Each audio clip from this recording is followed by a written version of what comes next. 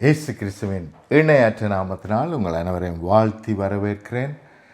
கர்த்தர் நல்லவர். இயேசு கிறிஸ்து எப்பொழுதும் நம் மத்தியில் இருக்கிறார். அற்புதங்கள் அதிசயங்கள் செய்கிற தேவனாயிருக்கிறார். செய்கிறவர் என்று சொல்வதை விட செய்து முடித்தவராயிருக்கிறார். ஆமென். அதை பெற்றுக்கொள்வதே தேவனுக்கு மகிமை. தேவன் செய்து முடித்தவைகளை நாங்கள் பெற்றுக்கொண்டு வாழ்வதே அவருக்கு மகிமை. ஆமென். ஆகவே இன்றைய நாளிலும் தேவனுடைய வார்த்தைக்காக கடந்து செல்வோம். எடுப்போம். தீத்து 2வது அதிகாரம் 11வது வசனத்தை உங்களுக்காக நான் வாசிக்கிறேன். ஏனெனில் எல்லா மனுஷருக்கும் இரட்சிப்பை அளிக்கத்தக்க கிருபையானது பிரசன்னமாகி வெளிப்பட்டு என்று இந்த வசனத்தை பார்க்கிறோம். ஏனெனில் எல்லா மனுஷருக்கும் இரட்சிப்பை அளிக்கத்தக்க தேவ கிருபையானது வெளிப்பட்டது, பிரசன்னமானது, வெளிப்பட்டது. எங்களுடைய வாழ்க்கையிலே எங்களுடைய வாழ்க்கை மேன்மையாக அமைவதற்காக, நாங்கள் விடுதலை ஆவதற்காக தேவனுடைய கிருபையின் மூலமாய் இரட்சிப்பு வெளிப்பட்டது. ஆமென். அப்போ இரட்சிப்பு இங்கே அங்கே அல்ல, நம்மத்திலே வெளிப்பட்டிருக்கிறது. ஆமென். இப்பொழுது நம்மை மேற்கொள்ளும்படிக்கு இரட்சிப்பு ஆயத்தமாயிருக்கிறது. இரட்சிப்பு என்றால் அதற்கு பல அர்த்தம். விடுதலை என்று அர்த்தம். ஆமென். பாதுகாப்பு என்று அர்த்தம். சுகத்திலிருந்து, அதாவது சுகீனத்திலிருந்து சுகத்தை பெற்றுக்கொள்வோமானால் அது இரட்சிப்பு. வேதனை, துன்பம், கவலை, கண்ணீரிலிருந்து விடுதலை ஆவோமானால் அது இரட்சிப்பு. பசி, பட்டினி, பற்றாக்குறைகள் இவைகளிலிருந்து நாங்கள் விடுதலை ஆவோமானால் இரட்சிப்பு. ஆங்கிலத்திலே இப்படியாக சொல்லப்பட்டிருக்கிறது, for the grace of God that brings salvation. ஆமென். தேவனுடைய கிருபை அனுதினமும் நமக்கு என்னத்தை கொண்டு வருகிறது? இரட்சிப்பை கொண்டு வருகிறது, விடுதலையை கொண்டு வருகிறது, நன்மையை கொண்டு வருகிறது, சமாதானம், சந்தோஷத்தை நம்முடைய வாழ்க்கையிலே கொண்டு வருகிறது, ஜீவனை கொண்டு வருகிறது. ஆமென். ஆமென். It is very important. ஜீவன் நமக்குள்ளே இருக்கிறது. இந்த இரட்சிப்பு அதை கொண்டு வந்திருக்கிறது. தேவ கிருபையினால் இவைகள் நமக்கு கொடுக்கப்பட்டிருக்கின்றன. ஆமென். ஆனால் தேவனுடைய பிள்ளைகள் அநேக வேளைகளிலே எல்லா விதமான தேவனுடைய ஆசீர்வாதங்களை ஏற்றுக்கொள்ளாமல் எங்களுக்கு தெரிந்த அல்லது மற்றவர்கள் சொன்ன ஒரு சில காரியங்களை தான் நாங்கள் என்ன செய்கிறோம்? எடுத்து கொள்ளுகிறோம். ஆனால் இரட்சிப்பு என்று சொன்னால் பாதுகாப்பு அங்கே இருக்கிறது. இழப்பிலிருந்து விடுதலை அல்லது மீட்பு அங்கே இருக்கிறது. ரிஸ்க் என்று சொன்னால் எங்களுடைய நாங்கள் ஏதோ ஒரு காரியத்தில் என்ன செய்யாமல், ஆபத்திலே அம்பிடாமல் நம்மை காத்து கொள்வது அல்லது ஆபத்திலே அம்பிட்டவர்களை விடுதலை ஆக்குகிறதாக இருக்கிறது. டிஸ்ட்ராக்ஷன், அழிவிலிருந்து நம்மை விடுவிக்கிறதாக இந்த இரட்சிப்பு இருக்கிறது. இருளில் இருந்து நம்மை விடுதலை ஆக்குவதாக இந்த இரட்சிப்பு இருக்கிறது. சுவையினத்திலிருந்து சுகத்தை தருவதாக இந்த இரட்சிப்பு இருக்கிறது. பாவத்தின் சம்பளமாகிய மரணம், சாபத்திலிருந்து நம்மை விடுதலையாக்கி ஆசீர்வாதத்திலே நடத்துகிறதாய் இந்த இரட்சிப்பு இருக்கிறது. ஆகவே இரட்சிப்பு என்று சொன்ன உடனே பாவத்திலிருந்து நாங்கள் மன்னிப்பு பெற்றுக்கொண்டோம் என்று மாத்திரம் நாங்கள் நினைக்கக்கூடாது. எல்லா விதமான ஆசீர்வாதமும் நமக்கு கொடுக்கப்பட்டிருக்கிறது. மேன்மையான சமாதானம், மேன்மையான சந்தோஷம், ஆமென், முழுமையான சுகம், முழுமையான விடுதலை, இவைகள் எல்லாமே நமக்கு இந்த இரட்சிப்பு கொடுத்திருக்கிறது. ஆனால் நாங்கள் ஒரு சில காரியங்களை மாத்திரம் பெற்றுக்கொள்ளுகிறோம்.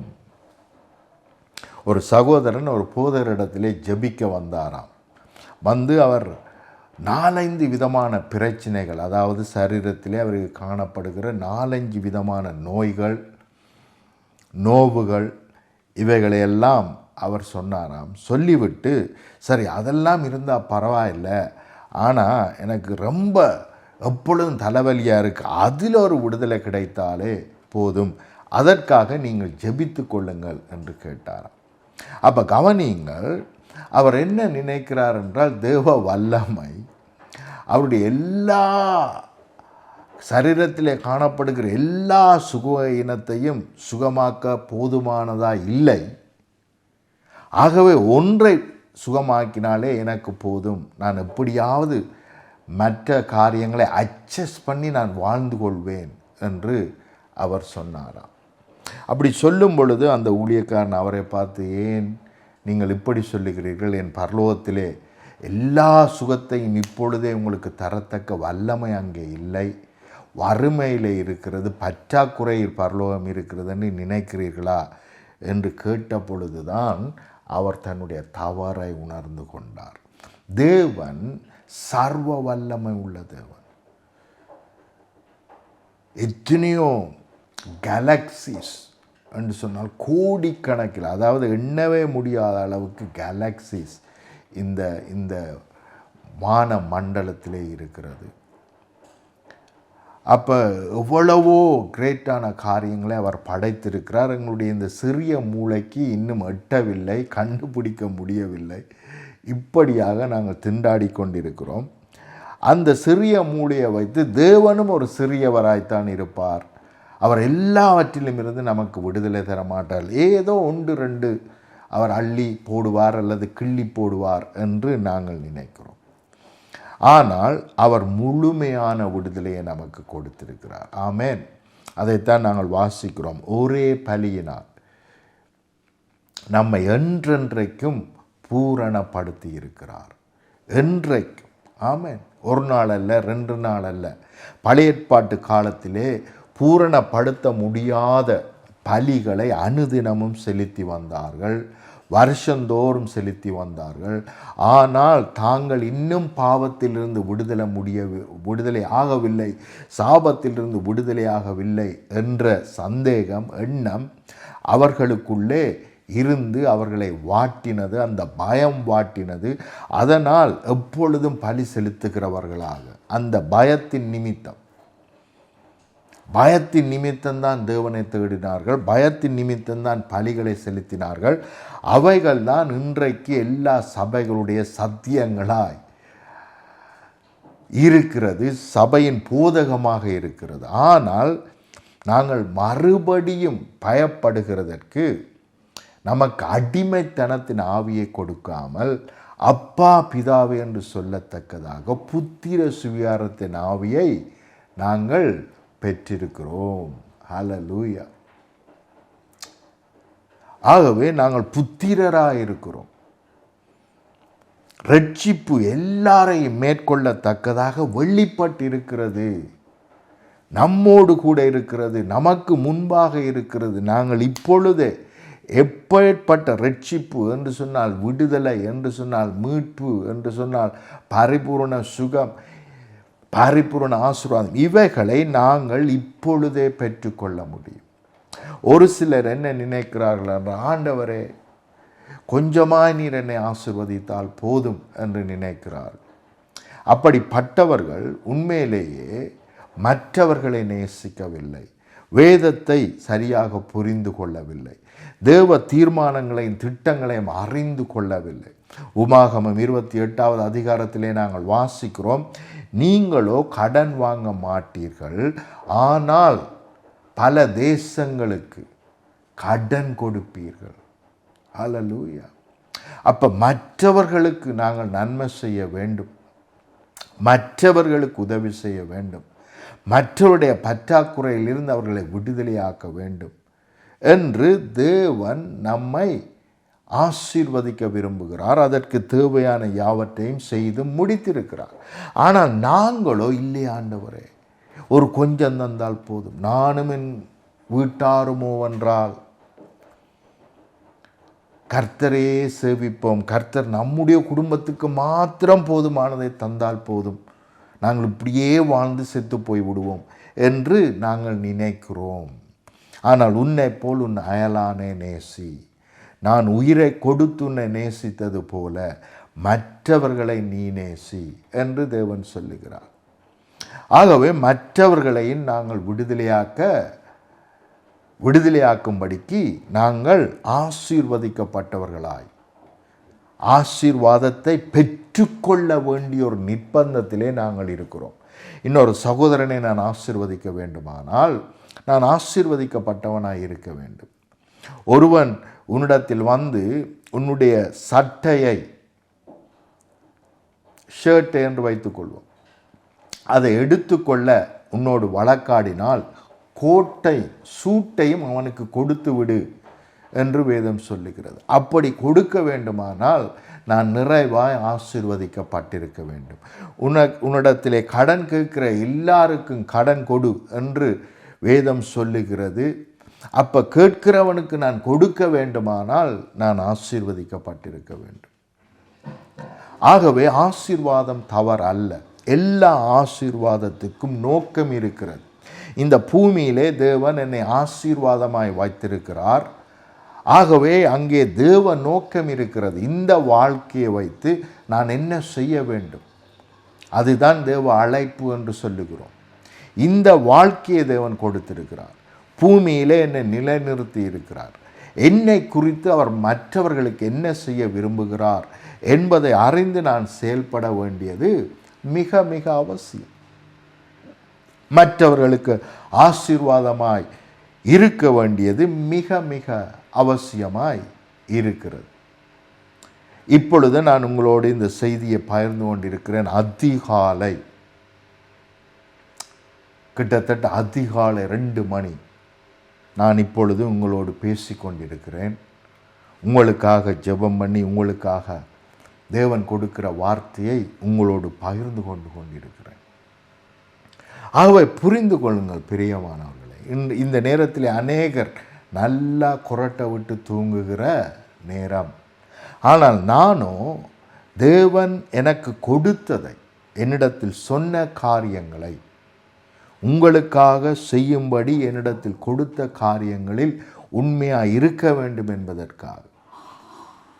இதுதான் என்னுடைய வாழ்க்கையின் நோக்கம், இதுதான் தேவன் எனக்கு கொடுத்த அழைப்பு என்பதை அறிந்து தெரிந்து செயல்பட்டு கொண்டிருக்கிறேன். ஹல்லேலூயா. இது எனக்கு பாரம் அல்ல.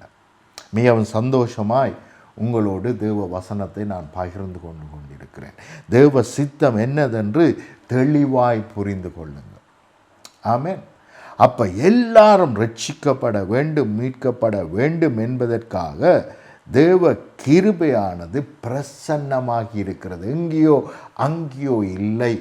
அழுது குளறி கண்ணீர் வடித்து 40 நாள் உபவாசம் இருந்து கூப்பிட வேண்டிய அளவிலே தேவ கிருபை இல்லை. தேவ கிருபை இப்பொழுதே பிரசன்னமாகி இருக்கிறது நம் மத்தியிலே. உங்களை மீட்கும்படிக்கு, உங்களுடைய பிள்ளைகளை மீட்கும்படிக்கு, உங்களை சுகயினத்திலிருந்து மீட்கும்படிக்கு, குறைவுகளிலிருந்து மீட்கும்படிக்கு, பிசாசின் கட்டுக்களில் இருந்து, செய்வினை சூனியங்கள், தடைகள், தாமதங்களில் இருந்து உங்களை மீட்கும்படிக்கு தேவனுடைய திட்டம், தேவனுடைய கிருபை, தேவனுடைய ரட்சிப்பு இப்பொழுதே உங்கள் மத்தியிலே பிரசன்னமாகி இருக்கிறது. ஹல்லேலூயா. வெளிப்பட்டிருக்கிறது. நீங்கள் விசுவாசித்தால் தேவனுடைய விடுதலையை இப்பொழுதே காண முடியும். கடந்த நாட்களிலே ஒரு குடும்பம் கனடாவுக்கு என்ன செய்தார்கள், விசா அப்ளை பண்ணினார். ஆனால் கனடியன் எம்பசி என்ன செய்தது, ரிஜெக்ட் பண்ணிவிட்டது. அவர்கள் என்னிடத்தில் டெலிஃபோன் பண்ணி தயவு செய்து எங்களுக்காக ஜெபம் பண்ணுங்கள் என்று கேட்டுக்கொண்டார்கள். அவர்கள் புத்த சமயத்தை சேர்ந்தவர்கள். ஆனால் தேவன் நல்லவர், அவர் ரட்சிக்கிறவர், மீட்கிறவர், தடைகளை நிர்மூலமாக்கி அவர்களை விடுதலை ஆக்குகிறவர் என்று அறிந்திருந்தபடியினால் நான் அவர்களுக்காக ஜெபம் பண்ணினேன். இப்பொழுது அவர்கள் விசாவை பெற்று கொண்டிருக்கிறார்கள். ஹல்லேலூயா. ஏனென்றால் அவர்களுக்கு தேவையான யாவற்றையும் பிதாவானவர் கிறிஸ்து இயேசு மூலமாய் செய்து முடித்தார். அங்கே தடைகள் நிர்மூலமாக்கப்பட்டது. அவர்கள் மேன்மையாக வாழ வேண்டும், மேன்மையான இடத்துக்கு போக வேண்டும் என்று நினைத்த அந்த நினைவுகளை தேவன் ஆசீர்வதித்து கொடுத்தார். தேவன் கெடுக்கிற தேவன் அல்ல, தன்னையே கொடுத்த தேவனாய் அவர் இருக்கிறார். ஆமென், ஹல்லேலூயா. இன்றைக்கு அநேகர் நாங்கள் தேவனை தவறாக புரிந்து வைத்திருக்கிறபடியினால் தைரியமாய் நம்மால் ஜெபிக்க முடியவில்லை. பிசாசின் கிரியைகளை தைரியமாய் நிர்மூலமாக்க முடியவில்லை. ஈஸியாக என்னால் சொல்லி இருக்க முடியும். இல்லை, போகிறது வெளிநாட்டுக்கு போகிறது தேவ சித்தம் இல்லை, நீங்கள் இலங்கையில் இருக்க வேண்டும் என்பதே தேவ சித்தம், ஆகவே தேவனே இதை ரிஜெக்ட் பண்ணி அனுப்பியிருக்கிறார் என்று நான் சொல்லியிருக்க முடியும். நான் தேவனை சரியாய் புரிந்து கொள்ளாமல் அறிந்து கொள்ளாமல் இருந்திருந்தார். இன்றைக்கு அநேகர் தேவனை சரியாக புரியாமல் அறியாமல் இருக்கிறபடினால் அவருடைய வாழ்க்கையிலே வேதனை, துன்பம், கவலை, கண்ணீர், பாதுகாப்பின்மை எல்லாம் ஏற்படுகிறது. நோய்கள் வருகிறது, அவர்களை மேற்கொள்ளுகிறது. மரணம் குடும்பத்தை மேற்கொள்ளுகிறது. ஏனென்றால் நாங்கள் பிசாசுக்கு இடம் கொடுக்கிறோம். ஆகவேதான் வேதம் சொல்லுகிறது, பிசாசுக்கு இடம் கொடுக்காதிருங்கள், பிசாசுக்கு எதிர்த்து நில்லுங்கள், அப்பொழுது அவன் உங்களை விட்டு ஓடி போவான் என்று வேதம் சொல்லுகிறது. கிறிஸ்து வந்ததின் நோக்கம் என்ன? கவனியுங்கள். யோவான் 3:16 இப்படியாக சொல்லுகிறது, தேவன் தம்முடைய ஒரே பேரான குமாரனை விசுவாசிக்கிறவன் எவனோ அவன் கெட்டு போகாமல் நித்திய ஜீவனை அடையும்படிக்கு அவரை தந்தரளி இவ்வளவாய் உலகத்தில் அன்பு கூர்ந்தார். இவர் அன்பு கூறுகிற தேவன். உலகத்தை கண்டிக்கவோ தண்டிக்கவோ அழிக்கவோ இயேசு வராமல் உலகம் ரட்சிக்கப்பட வேண்டும், மீட்கப்பட வேண்டும், ஜனங்கள் பேர் அழிவில் இருந்து காக்கப்பட வேண்டும் என்பதற்காகவே அவர் வந்தார் என்று இந்த வார்த்தை தெளிவாக சொல்லுகிறது. அவர் செய்து முடித்ததை நாங்கள் விசுவாசிப்போமானால் நிச்சயமாய் தேவனுடைய மகிமையை இப்பொழுதே பெற்றுக்கொள்வோம், ஆசீர்வாதத்தை இப்பொழுதே பெற்றுக்கொள்வோம், விடுதலையை இப்பொழுதே பெற்றுக்கொள்வோம், சகல சாபத்திலும் இருந்து இப்பொழுதே விடுதலையாக்கப்பட்டு உயர்வை இப்பொழுதே நம்மால் பெற்றுக்கொள்ள முடியும். என்ன இங்கே சொல்லுகிறார்? குமாரனை விசுவாசிக்கிறவன். தேவ குமாரன் நமக்காக யாவற்றையும் செய்து முடித்தார் என்று குமாரனை விசுவாசிக்கும் பொழுது நாங்கள் அழிவில் இருந்து மீட்கப்படுகிறோம். நாங்கள் கெட்டுப்போவதில்லை. நாங்கள் மீட்கப்படுகிறது மாத்திரமல்ல, உன்னதத்திலே உட்கார பண்ணுகிறார். மேன்மையான இடங்களிலே நாங்கள் உட்கார்ந்திருப்போம். மேன்மையான பதவிகளிலே நாங்கள் உட்கார்ந்திருக்கும் பொழுதுதான் தேசத்துக்கு சேமம் உண்டாகும், தேசத்தை மீட்க முடியும், தேசம் செழிப்படைய பண்ண முடியும். கவனியுங்கள், யோசேப்பு விடுதலை இல்லாமல் ஜெயிலுக்குள் இருக்கும் பொழுது யாரையும் விடுதலையாக்க முடியவில்லை. அப்படி விடுதலையாக்கினாலும் அங்கே ஜெயிலுக்குள் இருக்கிற ஒரு சிலருக்குத்தான் தீர்க்க தரிசனமோ அல்லது தேவ திட்டத்தையோ சொல்ல முடிந்தது, ஊழியம் செய்ய முடிந்தது. ஆனால் அவன் உயர்த்தப்பட்டு ராஜ அரண்மனையில் உட்கார்ந்திருக்கும் பொழுது தேசத்தையே விடுதலையாக்கத்தக்கதாய் தேசம் வறுமைக்குள்ளாய் கடந்து செல்ல போகிறது. பிசாசு அவர்களை வறுமையினால் அழிக்கப் போகிறது.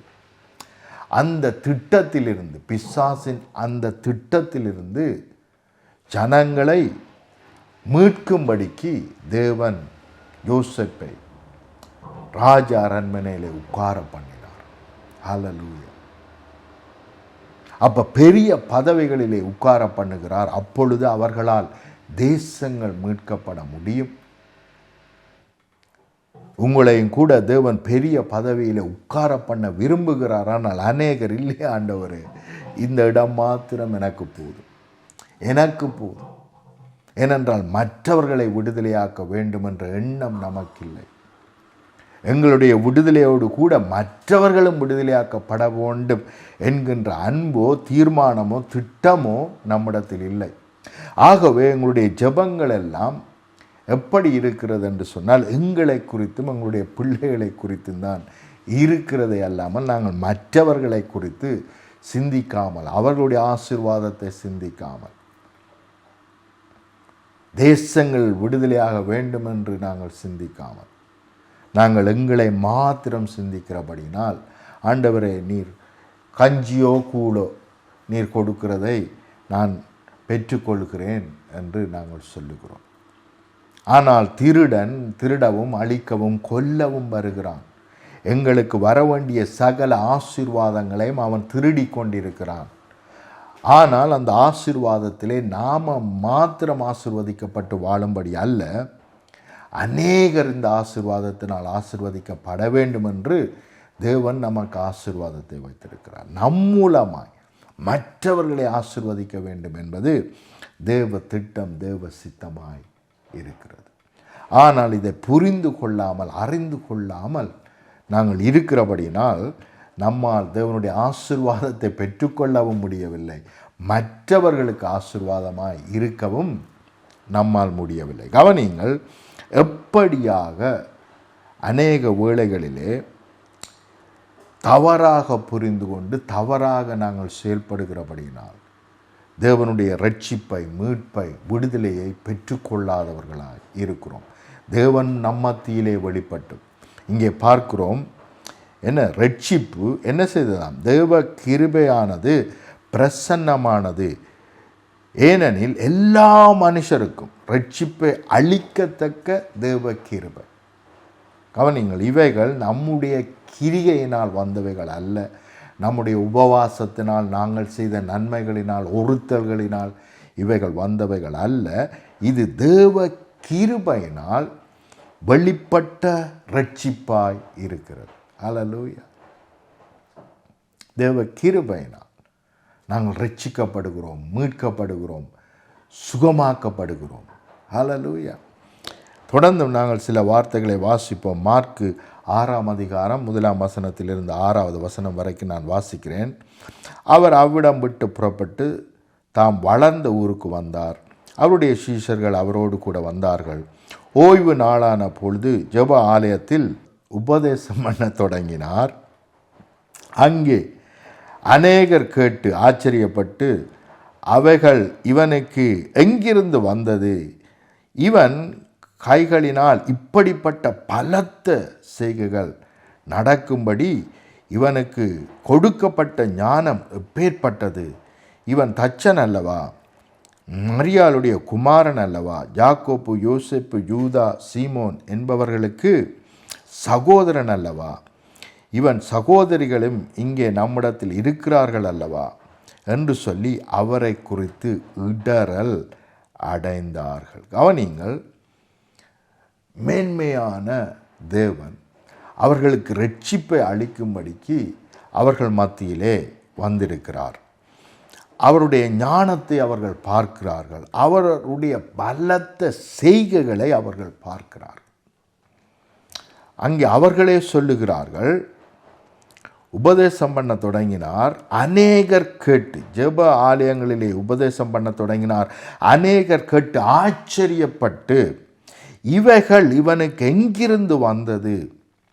இவன் கைகளினால் இப்பேற்பட்ட பலத்த செய்கைகள் நடக்கும்படி இவனுக்கு கொடுக்கப்பட்ட ஞானம், வல்லமை எப்படிப்பட்டது?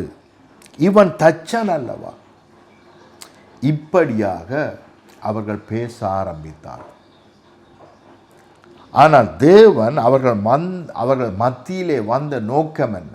அவர்களுக்கு விசுவாசம் உண்டாகும்படிக்கு தேவன் அங்கே வசனத்தை பேசிக்கொண்டிருக்கிறார். ஆனால் அவர்களோ வசனத்தை பார்த்து ஆச்சரியப்பட்டார்கள். ஆனால் வசனத்தோடு ஒரு இணைப்பை ஏற்படுத்தி கொள்ளவில்லை, அந்த வசனத்தை விசுவாசிக்கவில்லை. இது ஜீவனுள்ள வார்த்தை, இது என்னை விடுதலையாக்கும், இது என்னை மகிமை அடைய செய்யும், மகிமையிலிருந்து என்னை மகிமைக்கு எடுத்து செல்லும் என்றெல்லாம் அவர்கள் என்ன செய்யவில்லை, அந்த வசனத்தோடு ஒரு இணைப்பை ஏற்படுத்தி கொள்ளவில்லை. கேட்ட வசனத்தை விசுவாசத்தோடு கேட்கவில்லை.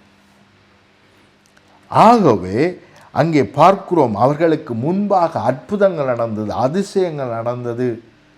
ஆனால் அவைகள் எதுவும் அவர்களை தொட முடியவில்லை அல்லது அவர்களுடைய வாழ்க்கையை விடுதலையாக்கவில்லை. அவர்களுக்கு முன்பாகத்தான் இயேசு இருக்கிறார்.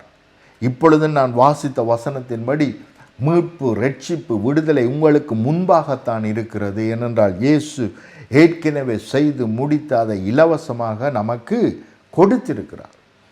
இதை விசுவாசித்து பெற்றுக்கொள்ளாமல் நாங்கள் எங்களுடைய பிரச்சனையை பற்றி பேசுவதும், அவரை பற்றி பேசுவதும், இவரை பற்றி பேசுவதும், இப்படியாக பேசி நம்முடைய விசுவாசம் என்னும் கப்பலை சேதப்படுத்துகிறோம். அவருடைய வார்த்தையோடு எங்களை இணைத்துக் கொள்வதில்லை. இது தேவ வார்த்தை, இது மாறாத வார்த்தை. இந்த வார்த்தைக்கு வல்லமை இருக்கிறது. இந்த வார்த்தை என்னுடைய வாழ்க்கையை மாற்றும். என்னுடைய வாழ்க்கைக்கு தேவையான சகலத்தையும் இந்த வார்த்தை செய்து முடிக்கும். இந்த வார்த்தை எனக்கு விடுதலையை, மேன்மையை, உயர்வை கொண்டு வந்திருக்கிறது என்று விசுவசிக்காமல் என்ன செய்தார்கள்? தேவையில்லாத வார்த்தைகளை அங்கே பேசுகிறார். கவனிங்கள், இயேசு அவர்களை நோக்கி, தீர்க்கதரிசி ஒருவன் தன் ஊரிலும் தன் இனத்தாரிலும் தன் வீட்டிலுமே அன்றி வேறெங்கும் கனவீனம் அடையான் என்றார். அங்கே அவர் சில நோயாளிகள் மேல் கைகளை வைத்து அவர்களை குணமாக்கினதே அன்றி வேறொரு அற்புதமும் செய்யக்கூடாமல் அவர்களுடைய அவவிசுவாசத்தை குறித்து ஆச்சரியப்பட்டு புறப்பட்டு அடுத்த கிராமத்துக்கு சென்றார். அப்போ கவனியுங்கள் பிரியமானவர்களே, தேவன் பலத்த செய்கைகளை செய்யும்படி, மேன்மையான காரியங்களை செய்யும்படி அவர்கள் மத்தியிலே வெளிப்பட்டார். இந்த வார்த்தை எப்படி தீத்து 2வது அதிகாரம் 11வது வசனம் சொல்லுகிறதோ, பிரசன்னமாகி என்ன தேவனுடைய நம்மை ரட்சிக்கும்படிக்கு அல்லது எல்லா மனுஷரையும் ரட்சிக்கும்படிக்கு தேவ கிருபையானது பிரசன்னமானது. அதைத்தான் நாங்கள் இன்னொரு விதத்திலே இங்கே பார்த்து கொண்டிருக்கிறோம். தேவ கிருபையானது இயேசு கிறிஸ்து மூலமாய் அங்கே பிரசன்னமானது. ஜனங்கள் மத்தியிலே இயேசுவே தேவகுமாரனே ரட்சிக்கிறவராய், இரட்சகராய், மீட்பராய் பிரசங்கமானார், வெளிப்பட்டார். ஆனால் அவரோடு கூட, அவருடைய வார்த்தையோடு கூட ஒரு இணைப்பை ஏற்படுத்தி கொள்ளவில்லை. அவர்கள் விசுவாசிக்கவில்லை. மாறாக இவ்வளவு காரியங்களை பார்த்தும் அவர்கள் அவவிசுவாசப்பட்டார்கள். அவர்கள் அவவிசுவாசப்பட்டபடினால் தேவனால் அற்புதங்களை செய்ய முடியவில்லை. இன்னொரு விதத்திலே சொன்னால், தேவனிடத்தில் இருந்து அற்புதங்களை அவர்களால் பெற்றுக்கொள்ள முடியவில்லை, விடுதலையை பெற்றுக்கொள்ள முடியவில்லை, சுகத்தை பெற்றுக்கொள்ள முடியவில்லை. இன்றைக்கும் ஆலயத்துக்கு அநேகர் வேதனையோடு வருகிறார்கள், துன்பத்தோடு வருகிறார்கள், பிசாசோடு வருகிறார்கள், செய்வின சூனியத்தோடு வருகிறார்கள். அப்படியே மறுபடியும் ஆராதனை முடித்து அதே பிரச்சனையோடு, அதே வேதனையோடு, அதே துன்பத்தோடு மறுபடியும் அவர்களுக்கு வீட்டுக்கு செல்லுகிறார். விடுதலை இல்லை. ஏனென்றால் அவருடைய வார்த்தையை விசுவாசிக்கவில்லை. அவருடைய வார்த்தை மாறாதது. அவருடைய வார்த்தையிலே ஜீவன் இருக்கிறது. அவர் சொன்னால் சொன்னதுதான்.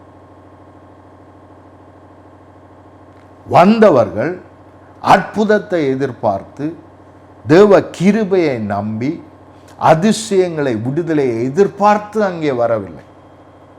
இன்றைக்கு நாங்களும் அப்படித்தான் இருக்கிறோம். இந்த செய்தியை கேட்டுக்கொண்டிருக்கிற அநேகர் அப்படியாக இருக்கிறீர்கள்.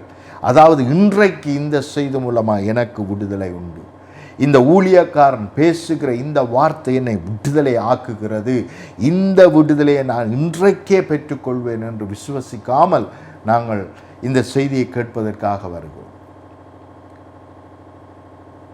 தேவன் கழுதையை கொண்டும் நம்மோடு பேசி நம்மை விடுதலையாக்க முடியும்.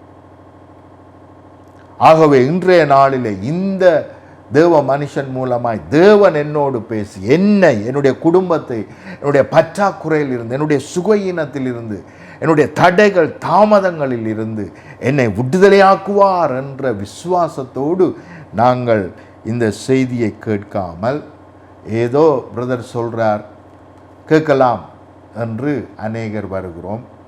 அநேகர் இவர் வித்தியாசமான ஒரு வெளிப்பாட்டை சொல்வாரா என்று சொல்லி ஒரு காதுக்கும் ஒரு இதயத்துக்கும் ஒரு கிளுகிழுப்பை ஏற்படுத்துவதற்காக அல்லது வித்தியாசமான ஒரு செய்தியை இன்றைக்கு கேட்டேன் என்று மற்றவர்களுக்கு சொல்வதற்காக சில வேளைகளிலே நாங்கள் வித்தியாசமான டீச்சர்ஸ் ப்ரீச்சர்ஸை தேடி திரிகிறோம்.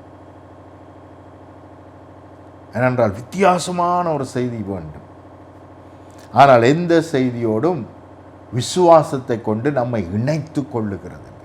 எபிரேயர் 4ஆம் அதிகாரத்திலே வாசிக்கிறோம், உங்களுக்கு அறிவிக்கப்பட்ட இந்த நற்செய்தி அவர்களுக்கும் அறிவிக்கப்பட்டது, ஆனால் கேட்டவர்கள் விசுவாசத்தோடு கேட்காதபடியினால் அது அவர்களுக்கு பலனற்று போனது என்று நாங்கள் அங்கே பார்க்கிறோம்.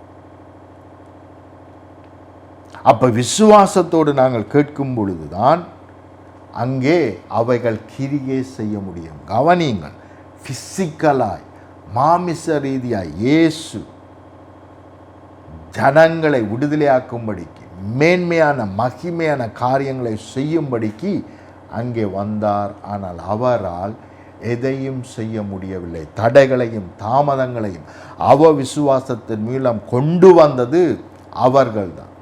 இன்றைக்கு நாங்களும் ஜபிக்க வருகிறோம். ஜபம் முடிந்த உடனேயே விசுவாசமான வார்த்தைகளை பேசுகிறோம். அவரை குறித்து இவரை குறித்து, இவர் அவருடைய மகன், இவர் இப்படி இருக்கிறார், அப்படி இருக்கிறார், இவர் தச்சனாக இருக்கிறார், இவர் அந்த வேலையெல்லாம் செய்தவர், இது இப்படியாக பேசி தேவ மகிமையை இழந்து போகிறோம். தேவ பிரசன்னத்தை இழந்து போகிறோம். தேவனோடு இருக்கிற இணைப்பை இழந்து போகிறோம். தேவையில்லாத வார்த்தைகளை பேசி நாங்களே எங்களுடைய ஜபங்களுடைய பதில்களை கேன்சல் பண்ணுகிறோம். ஜபத்துக்கு வருகிறோம், ஜபிக்கிறோம், விசுவாசத்தை அதற்கு பிறகு பேசுகிறோம். இது நடக்காது, எனக்கு தெரியும், அப்பவே தெரியும், இது சரிவராது, இப்படியாக பேசும். நடக்கும் என்று பார்த்தா ஆனால் நடக்கலையே. ஜபம் கேட்கப்பட்டிருக்கும் என்று பார்த்தா ஆனால் கேட்கப்பட்ட மாதிரி தெரியலையே. இப்படியெல்லாம் பேசுகிறபடினால் நாங்கள் எங்களுடைய ஜபங்களை, தேவனிடத்திலிருந்து வர வேண்டிய மகிமையை, விடுதலையை நாங்களே தடை பண்ணுகிறவர்களாக இருக்கிறோம். அப்போ கவனியுங்கள், ஒரு சிலர் மாத்திரம் அங்கே அற்புதத்தை பெற்றுக்கொண்டார்கள். ஏனென்றால் அவர்கள் மாத்திரம் விசுவசித்தார்கள். ஆனால் எல்லாரையும் விடுதலையாக்க வேண்டும் என்பது தேவ சித்தம், தேவ திட்டம். எல்லா மனுஷரையும் விடுதலையாக்க வேண்டும், எல்லா மனுஷரையும் மீட்க வேண்டும் என்பது தேவ சித்தமாய் திட்டமாய் இருக்கிறது. ஆமென்.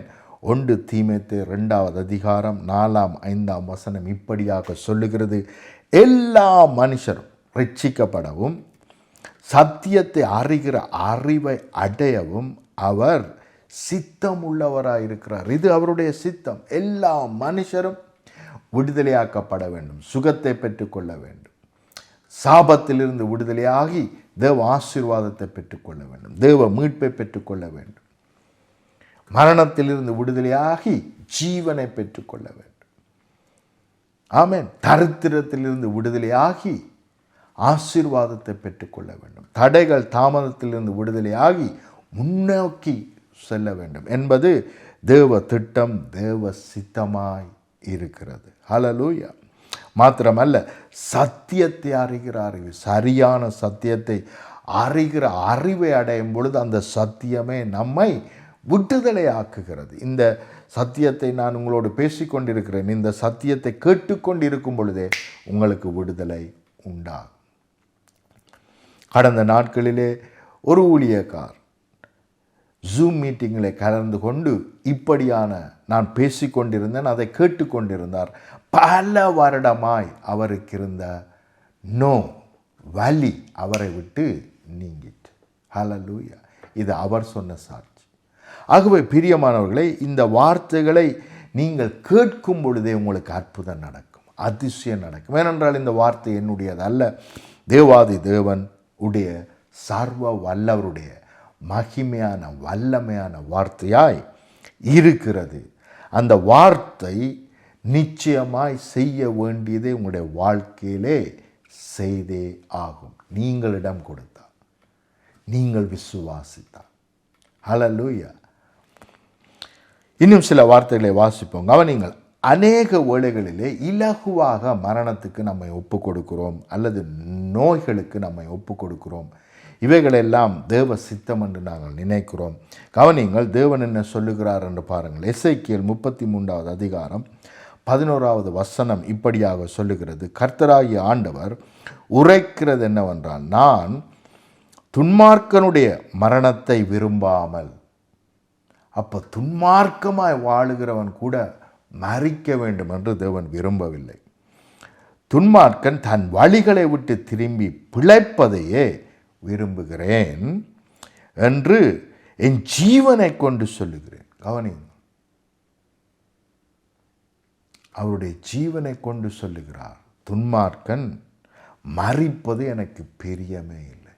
எவரும் மரிப்பது தேவனுக்கு பிரியமில்லை.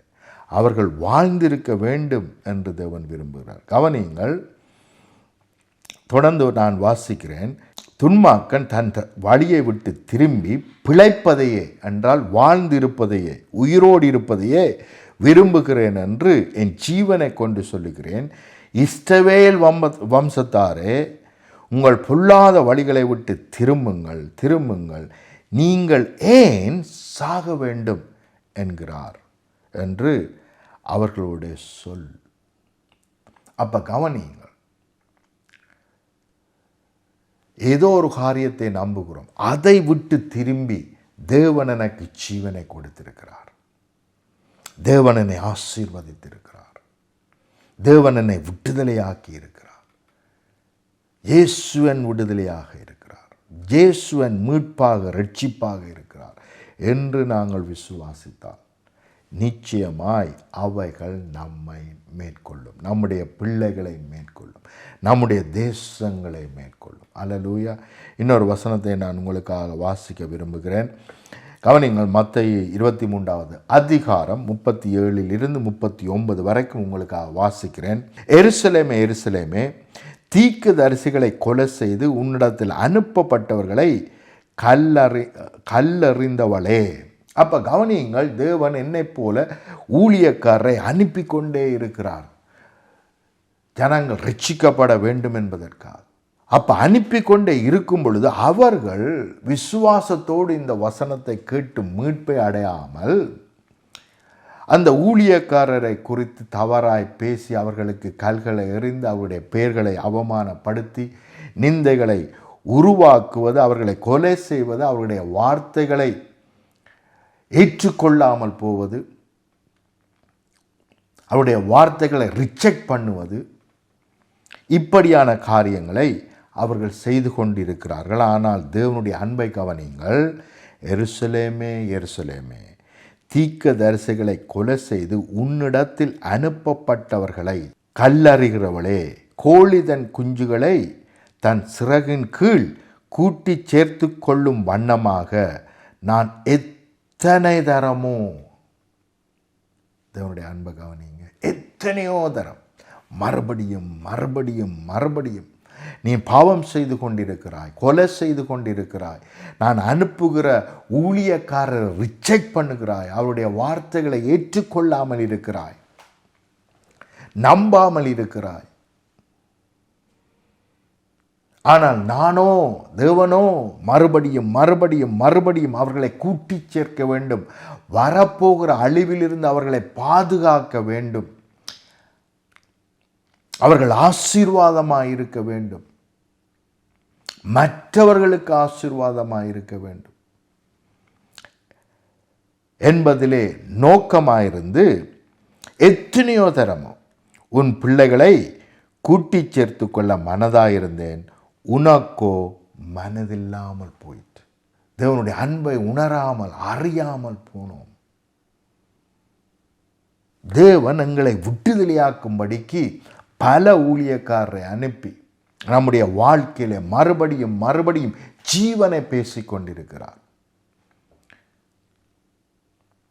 சுகத்தை பேசிக்கொண்டிருக்கிறார், விடுதலையை பேசிக்கொண்டிருக்கிறார். ஆனால் இவைகளை நம்பாமல் நாங்கள் இருக்கிறோம்.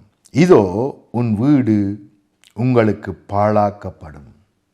நாங்கள் நம்பாமல் இருக்கும் பொழுது, நமக்கு கொடுக்கப்பட்ட விடுதலையை நாங்கள் நம்பாமல் இருக்கும் பொழுது, நமக்கு கொடுக்கப்பட்ட ஆசீர்வாதத்தை நாங்கள் நம்பாமல் இருக்கும் பொழுது, நமக்கு கொடுக்கப்பட்ட இரட்சிப்புக்குள்ளே சகல ஆசீர்வாதங்களும் இருக்கு என்பதை அறியாமல் தெரியாமல் தேவ ஆசீர்வாதங்களை ரிஜெக்ட் பண்ணி கொண்டு நாங்கள் இருக்கும் பொழுது அங்கே என்ன பார்க்கிறோம்? அழிவு நம்முடைய வாழ்க்கையிலே வருகிறது. அந்த அழிவையும் தேவன் தான் நமக்கு கொடுத்தார் என்று நாங்கள் ஏற்றுக்கொள்ளுகிறோம். ஆனால் வேதம் சொல்லுகிறது, நீங்கள் அழியாதபடிக்கு தேவன் தம்முடைய ஒரே பேரான குமாரனை விசுவாசிக்கிறவனவனோ அவன் கெட்டு போகாமல், ஆங்கிலத்திலே அழிந்து போகாமல் நித்திய ஜீவனை அடையும்படிக்கு, நித்திய நீத்தியமாய் வாழ்ந்திருக்கும்படிக்கு அவர் தன்னுடைய குமாரனை நமக்கு கொடுத்தார் என்று பார்க்கிறோம். அப்போ இங்கே பார்க்கிறோம் மத்தேயு 23வது அதிகாரம் 37 39 வரைக்கும் என்னத்தை வாசிக்கிறோம்? இதோ உன் வீடு உனக்கு பாழாகி விடப்படும். சத்துருவானவன் வருகிறான், என்ன செய்ய போகிறான்? எல்லாவற்றையும் நிர்மூலமாக்க போகிறான். ஆனால் நீயும் தேவன் என்ன சொல்லுகிறார்? நீயும் அவரிடத்திலே வரவில்லை